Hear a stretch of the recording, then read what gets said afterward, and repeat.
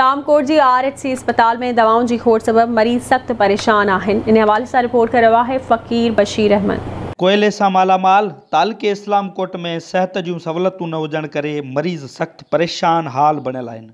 शहर की RHC अस्पताल सिर्फ रेफर सेंटर तौर सुञाती वञे थी।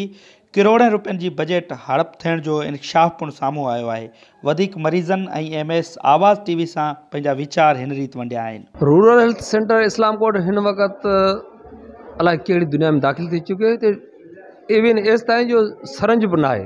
ॾिसो ही एपीसिलिन ही ॿ दवा जी शीशियूं असीं ॿाहिरि वठिया पर एस ताईं जो हिते कंपाउंडर कोन्हे। ऐं MS ताईं वियुसि त साईं ही छा जी ज़्यादती अचे। असां DHO खे इंडेक्स लाइ ठाहे लिखी ॾेई छॾिए।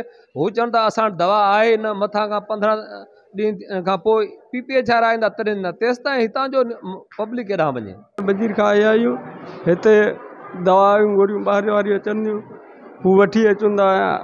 वैक्सीन कंदा ई 10 रुपया वारो सुरिंज बि लिखियो ॾींदा ॿाहिरि वञी वठो। असीं राति भर त अचूं त दवा आहे कोन, डिलीवरियूं खणी अचूं दवा आहे कोन। डॉक्टर ॼण पाण रद बसि जवाबु ॾियो चवनि लेटर ॾियो हलियो। डॉक्टर वटि गया था पर्ची कढे ॾे कहंदे कोई दवा है तो कोई 12 लो बचे असांजो आवण नो फ़ाइदो घणो है।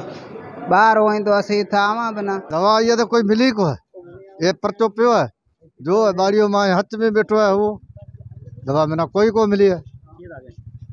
कहीं हो गया 12 दा लियो 12 ले गरीब मानू नथा पुजे सका बाड़ी री हालत जा चला अन्या एड़ा 3-4 घरे पे काशिया को त दवाई कुल बाहर ले लिखे दा नहीं। सरकारी एक दवा टिक्की दवा नहीं को ता ठुक कुल बाहर ले त लिखे नहीं।